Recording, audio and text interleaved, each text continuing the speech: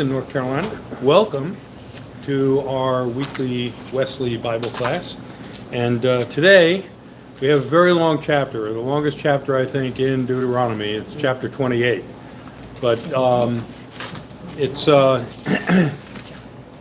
it's basically the blessings and curses regarding the law. If you follow the law, you're going to be blessed. If you're not following the law, you're going to be cursed. And it looks like God is really a lot better at the cursing than he is at the blessing.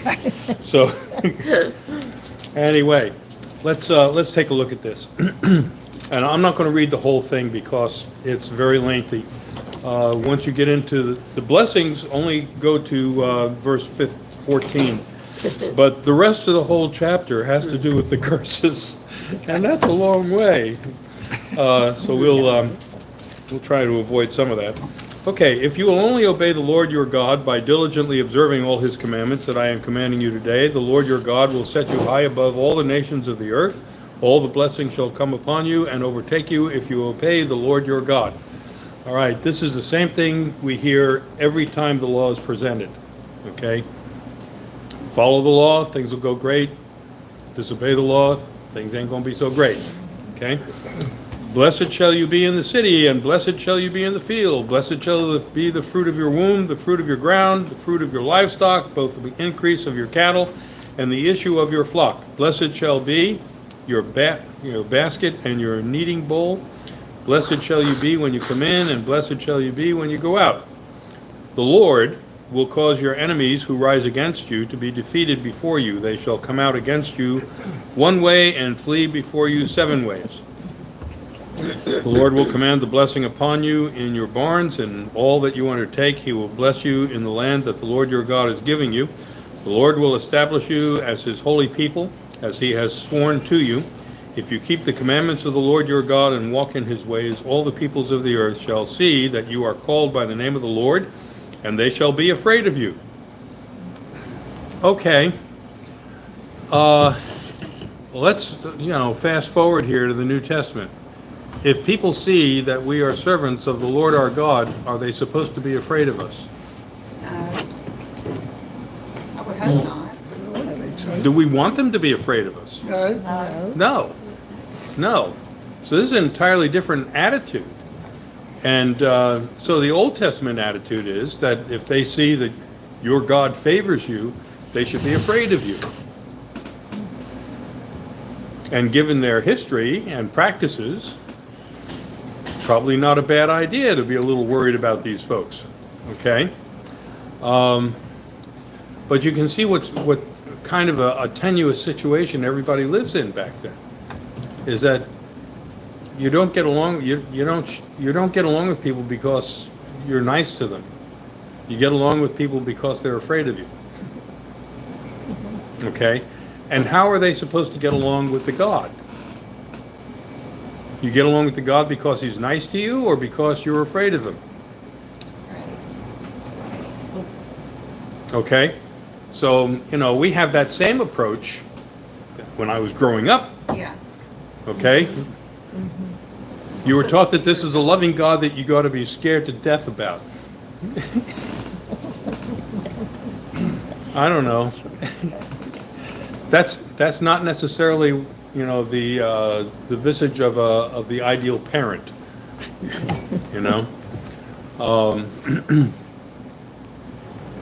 But you can see how this whole attitude toward who God is and what God is like. If God is truly love, then God's got to do something to change that stereotype. Right? Okay.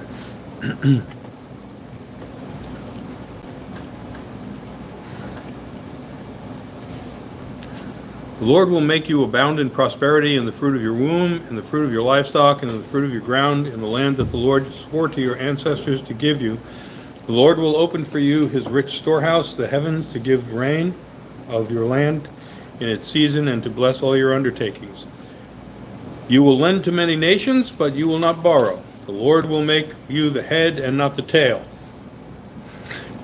We have other ways of saying that. Anyway, you shall be only at the top and not at the bottom.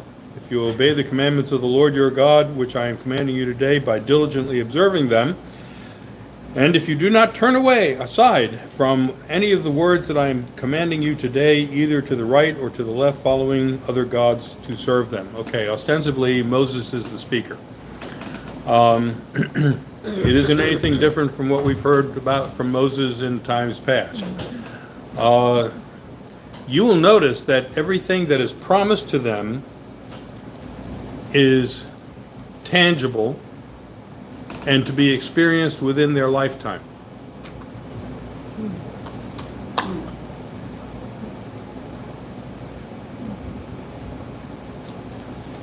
So the orientation is that it's really not much different from what people were expecting from Canaanite gods. It is very different from what people were expecting, at least the upper class was expecting, from the Egyptian gods. The Egyptian gods were talking about eternal life, okay? And they, dying was a big deal in Egypt. In this case, there's no mention of a heaven or hell. Everything good or everything bad that's going to be discussed in here exists within the world we live in. And there's no mention of the world that we're going to. Okay? All right. That's all the blessings there are, folks. I'm not saying it's a bad deal, but, as Christians, we've come to expect a little bit more. We're expecting something about heaven. Okay? Christians take the persecutions of the day in stride, and sometimes even are willing to celebrate them if it's for the sake of Christ, which is what Christ told us our attitude should be. Blessed are you if you are persecuted for my name's sake. Okay, so you're supposed to be, in the midst of persecution, you're supposed to have a very positive attitude about everything. And in this case, persecution is a curse from God. So, kind of a little different perspective on these things. Anyway. Then this also kind of laying out a day-to-day lifestyle choice. Yeah. I mean, these people in the beginning were slaves. Right. So how should they perform their day-to-day lives? Being friendly and good to their neighbors, helping people who needed help. They had never done this, so it just seems like it's kind of laying out, this is the way your life should be. Yes. Which is kind of separate from the heaven-hell part. Very much. Okay. Christians are supposed to behave just like that. And so that's one of the reasons why Jesus said, I'm not here to destroy the law. I'm here to fulfill it. So the law that you got and the way you're supposed to live, according to the Ten Commandments, nothing wrong with that. We're not supposed to bypass any of that. And then all the minuscule stuff that has to do with taking care of your neighbors and the stranger in your midst and the widows and orphans and all that stuff, it goes along with all of that's in there. And Christ is promoting that. But Christ also has a higher expectation of people than just following the law. Okay? It's got to be part of your character, not part of your behavior. Well, behavior, yes, but you behave that way because that's part of your character, not because it's written in the law. Okay, here we go. But if you will not obey the Lord your God by diligently observing all his commandments and decrees, which I am commanding you today, then all these curses shall come upon you and overtake you. Cursed shall you be in the city, and cursed shall you be in the field. Cursed shall be your basket and your kneading bowl. Cursed shall be the fruit of your womb, fruit of the ground, the increase of your cattle, and the issue of your flock. Cursed shall you be when you come in, and cursed shall you be when you go out. Shazam. The Lord will send upon you disaster, panic, and frustration in everything that you attempt to do until you are destroyed and perish quickly on account of the evil of your deeds, because you have forsaken me. Now understand, when he says perish quickly, that's the end of you. Okay?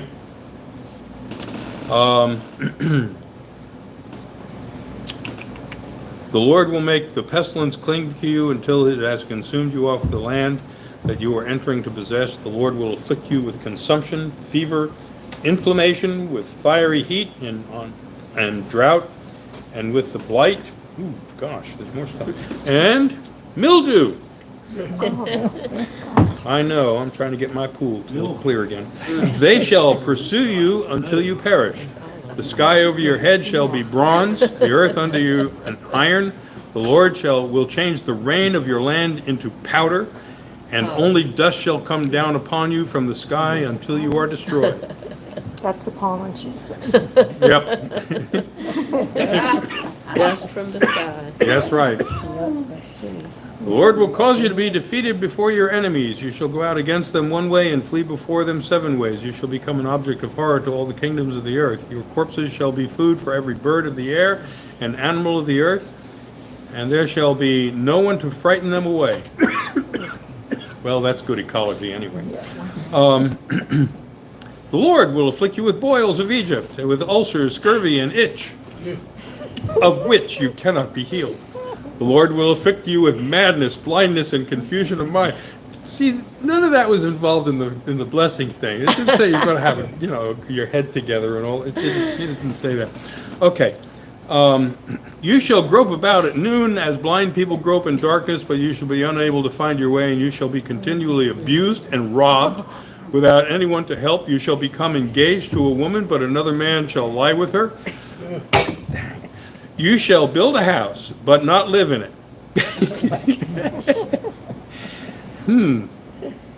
I heard somebody just paid over $1.5 billion for a house and never got to live in it. Anyway, you shall become, okay. You shall plant a vineyard, but not enjoy its fruit. Your ox shall be butchered before your eyes, but you shall not eat of it. Your donkey shall be stolen in front of you, and it shall not be restored to you. Your sheep shall be given to your enemies without anyone to help you. Your sons and daughters shall be given to another people while you look on. You will strain your eyes looking for them all day, but be powerless to do anything. A people whom you do not know shall eat up the fruit of your ground, and of all your labors you shall continually abused and crushed and driven mad by the sight that your eyes shall see. The Lord will strike you on the knees and on the legs with grievous boils, which you cannot be healed. The boils come back again. From the sole of your foot to the crown of your head. Sounds like Job. The Lord will bring you and the king whom you set over you to a nation that neither you nor your ancestors have known, where you shall serve other gods of wood and stone. You shall become an object of horror, a proverb, and a byword among all the peoples where the Lord will lead you. That's enough to scare me. Well, we're not done yet, okay? Who's Yeah. saying this? Ostensibly Moses. Okay, now let's drop back 5 and punt here, okay? A couple of things to understand. This section of Deuteronomy is written, especially this early part, okay, is written when these prophecies have already been fulfilled for a good part of Israel. They've already had the Assyrian incursion. They've already seen what's happened to the northern kingdom in Israel. Okay? So when they talk about all this stuff, it's stuff they've seen. The Assyrians weren't really nice folks. Okay? Some might argue that they still aren't. But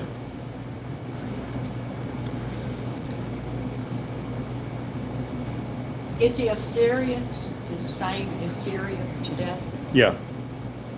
Actually, it goes above Syria. It's into southern Turkey and Lebanon and all that kind of region up there. Parts of Iraq. But, okay. there's something that you need to bear in mind when you start looking at these curses. Who is doing the cursing? God, God is doing the cursing. Their God is doing the cursing. Okay? When nations went to war back then, it wasn't just a battle between this nation and that nation. It was much less political. It was this God against that God. And if you could obliterate the other God, then that God went to oblivion. Okay? Now, what they're saying is that even though these other nations' gods appear to prevail over you, it's not their God doing it.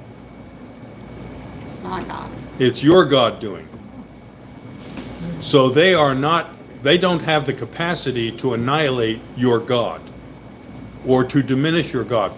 And the fact that you are defeated only enhances the power of the God that you worship.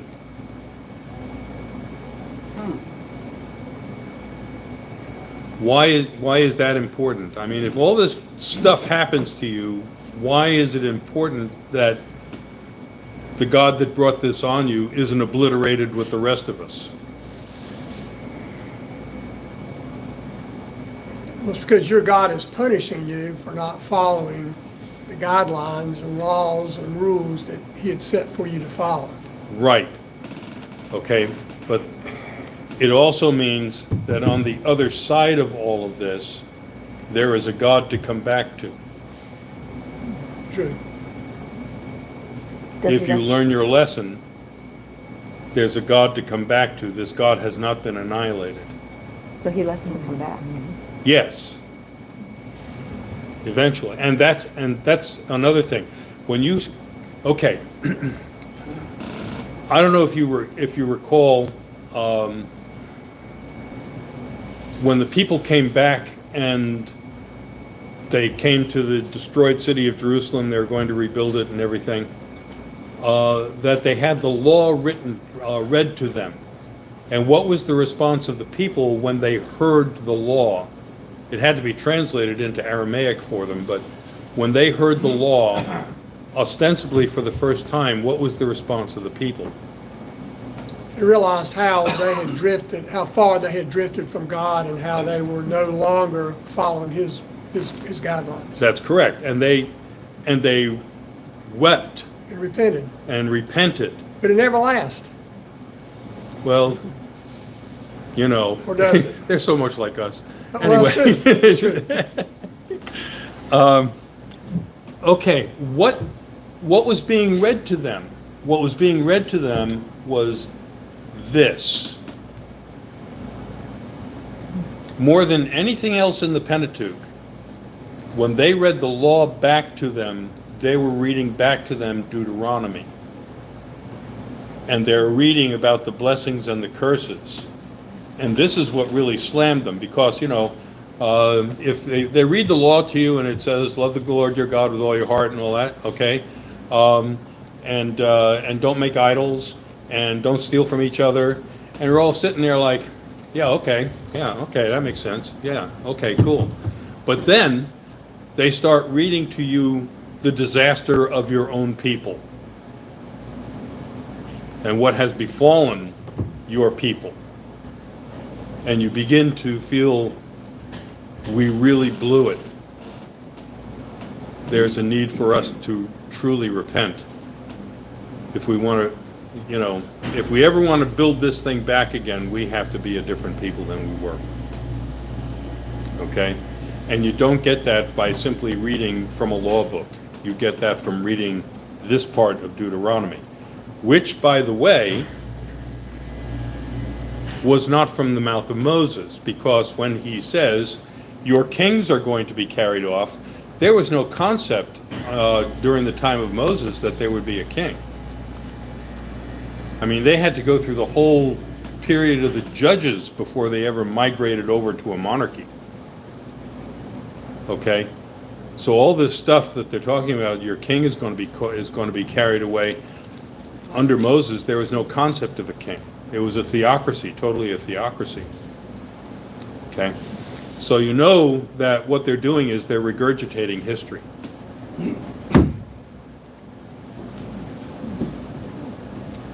You say it was written down. Who wrote it down? I think a lot of this was written down, the scholars think that a lot of this was written down in 585 or 588. Just, there was, the Babylonians did 2 invasions of Judah, okay? There was one in 589, and during that time, they basically made Judah a vassal state. They carried the king off.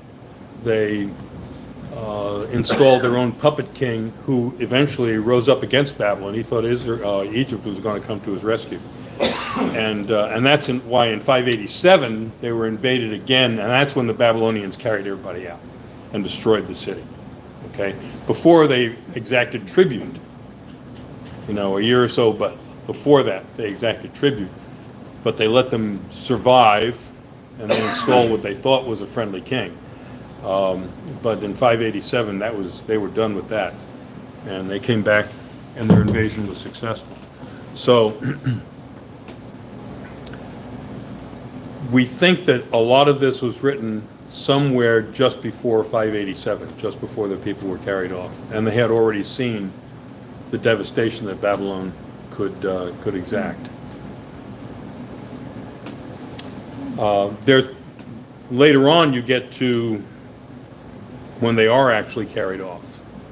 In chapter 28, you can see a transition right around verse 47. Because you did not serve the Lord your God joyfully and with glad, see, because you did not.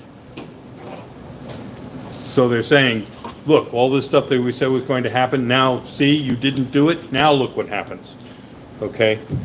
Didn't serve the Lord your God joyfully with the gladness of heart from the abundance of everything. Therefore you shall serve your enemies, whom the Lord will send against you in hunger, thirst, and nakedness, and lack of everything. He will put an iron yoke on your neck until he has destroyed you. So this is something that's coming in right before the Babylonian captivity. Okay, this is like a prophetic warning that, yeah, you blew it all right, and now look what's going to happen to you. So they talk about sieges, and they talk about desperate straits to which the enemy's siege reduces you. You'll eat the fruit of your womb, the flesh of your own sons and daughters. They already had that. They already had that under the first siege. So, yeah, and you'll see in, later in the Old Testament, you'll see that there was cannibalism going on because people were reduced to starvation. And okay, even the most refined and gentle men among you will begrudge food to his own brother, to the wife whom he embraces, to the last of his remaining children, giving to none of them any of the flesh of his children, whom he is eating, because nothing else remains to him in the desperate straits to which the enemy's siege will reduce you in all your towns. She who is the most refined and gentle among you, so gentle and refined that she does not venture to set the sole of her foot on the ground, will begrudge food to the husband whom she embraces, to her own son, to her own daughter, begrudging even the afterbirth that comes out between her thighs and the children that she bears, because she is eating them in secret for lack of anything else in desperate strait. So, it's pretty gruesome. Okay? And then he talks about they're going to be scattered among all the people, which happened. Okay, it happened especially under the Assyrians. But the person who is saying this to them, the person who's written all this down, is a person who has already seen these things come to pass. It's not like a prophet that predicts that these things are going to happen. He's actually reporting. And when the people see this, and they know their own history, and they ascribe it to their disobedience to their God, okay, what they're doing is they're discounting any of the power of the gods that have carried them off. So now you see when the people come back why there's so much emphasis on repentance, getting right with the Lord, rebuilding what has been torn down, renewal of the law. But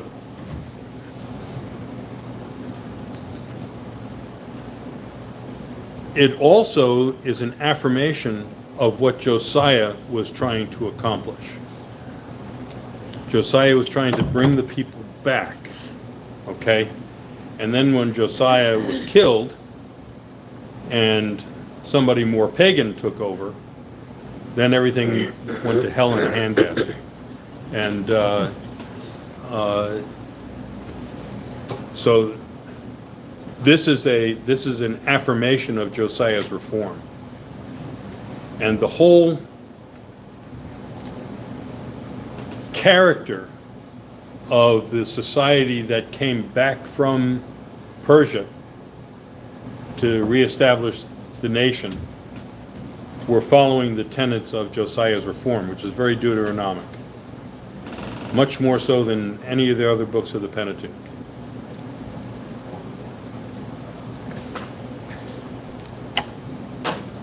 So what has this got to do with us?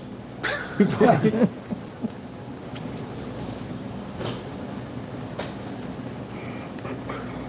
gotta do better. We got to do better. We got to do better. Okay. What is the big truth here? Okay, the big truth is that the laws of the Lord are, by and large, moral, ethical, okay, charitable, loving, okay. Generally speaking, it's a law that says, I want you to prosper, but I don't want you to leave anybody behind. That you look after the people who haven't made it in life, and you take care of them. It doesn't say you have to give up your wealth to do it. It says you do this of your wealth, and the more you prosper, the more charitable you can be. That's the attitude of the Old Testament. Okay, a lot of this has been perverted under socialist understandings of the only way you're going to take care of the people less fortunate is if you take everything away from the people who are wealthy. But the perspective of the Bible is that the more wealthy you become as a nation, as a people, as a family, then the more capable you are of being charitable. So what God is doing, if God is going to look after the poor, who is looking after the poor? Okay? Who's looking after the poor? Even today, who's looking after the poor? God says, I want to look after the poor. The poor are very precious to me. Okay? The Democrats. So how, well, I'd like to think that, but believe me, running a food pantry, I haven't seen that. But I will tell you that God resources people to be able to do that. Because these resources come from people. You know, we may do it as a government agency. We might do it as a charitable portion of the church. We might do it just looking after your neighbor. Okay? But God expects us to be charitable out of our resources, and if we are charitable out of our resources, God will give us more resources to be charitable with. Okay? And I can, just having been other places, okay, the Judeo-Christian attitude that prevailed in the foundation of this nation has made us the wealthiest nation on earth, and the nation that looks after the needy more than any other nation that I've been in. That's And good to hear. I've been in some really wealthy nations.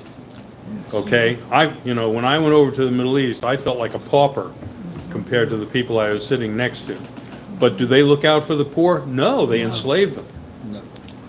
They basically give them slave wages. and hardly any of the benefits of society. You know, That does not happen here. no, that it does happen here, but it's not the character of the nation, and it's not the character Right. of the culture. Right. Okay, although we're accused of it all the time. We're accused of it all the time. The misperception that's presented through Marxist doctrine is that the more wealthy you are, the more you have stolen from the lower class.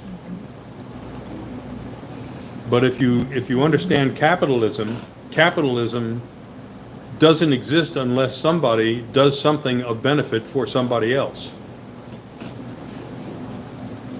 You have to provide something that's worth having in order for people to buy it. Okay? And if a lot of people buy it, then you're going to get richer. Okay? But it's not like I got rich because I took from all these people, which is what happens with the upper echelons of every socialist country in the world. Okay? We have rich people in this country. We have multi-billionaires in this country. Okay? But I'm also looking at what are these multi-billionaire people doing? And they have businesses that provide services and products that people want. You know? I'm not saying that all their business practices are above board. Okay, that's not always the case. Some people prosper at other people's expense. It's true. But generally speaking, if you're going to be prosperous in this country, you've got to have provided something for society that is beneficial to begin with, in order to make money. And if you are grateful for the opportunities that have been imparted to you, then you're going to be charitable in what you do. On a very local level, I was impressed last Sunday in Humboldt when Jacob was doing the charts and whatever, and talked about our church had given, almost 10% for and outreach and things, and that's good. I hope we can build on that. It is good. That was really, It is good. I had no idea. And you talk about businesses, I'm sure they all don't do it, but most of your major corporations, they do a good job in being philanthropic. Yes. Give a lot of money back. And they probably do a better share than a lot of individuals do. Yes. And then you get into the old deal about, I used to work at Mary's Kitchen, and cynical that I am, I'm thinking about some of these people who come in, they're healthy, they're young, why aren't they working? And I know that's not probably what I should be thinking, but that's what I do think. Well, I have people coming into the food pantry, and I'll tell you, I'm thinking about what kind of choices did this person make when they were young that got them to this point, you know? Now, there are people who are victims of circumstances, to be sure, but most of the people that are getting food from my food pantry didn't invest in an education, didn't seek to really better themselves, generally speaking. And then I have to ask myself, are we really responsible for them? And God says, oh yeah, you really are. Yeah, and I think that's a good point. We had a lot of little old ladies and little old men came in, and they really needed what we were doing. Absolutely. And then you got some of these young guys, 30-year-old guys come in there and healthy, and and you think, why aren't you out working? Well, It's always a dynamic that it's hard for me personally to reconcile.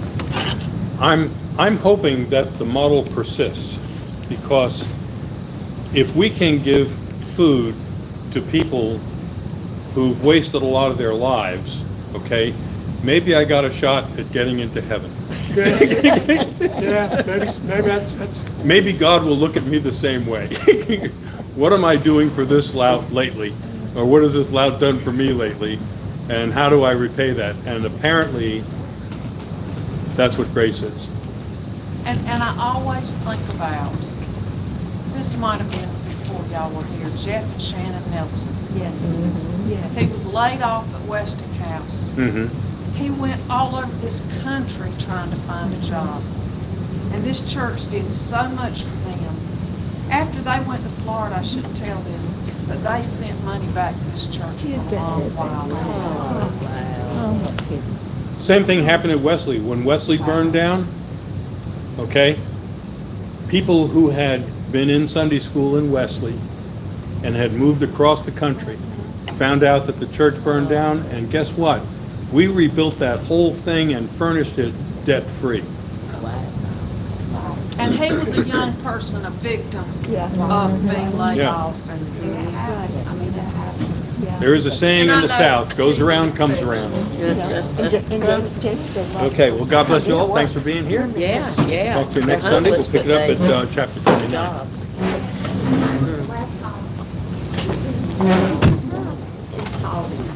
Hey, Joe, you better believe it. It's so good to see you this morning. I'm glad you're still here with us. Uh-huh. Just keep us abreast of what's going on. Right. Long round chairs, lights on us. And that's like Oh, yeah, I was wondering, if it was something I said. If you'd see them, you'd say, oh, yeah. You're crazy.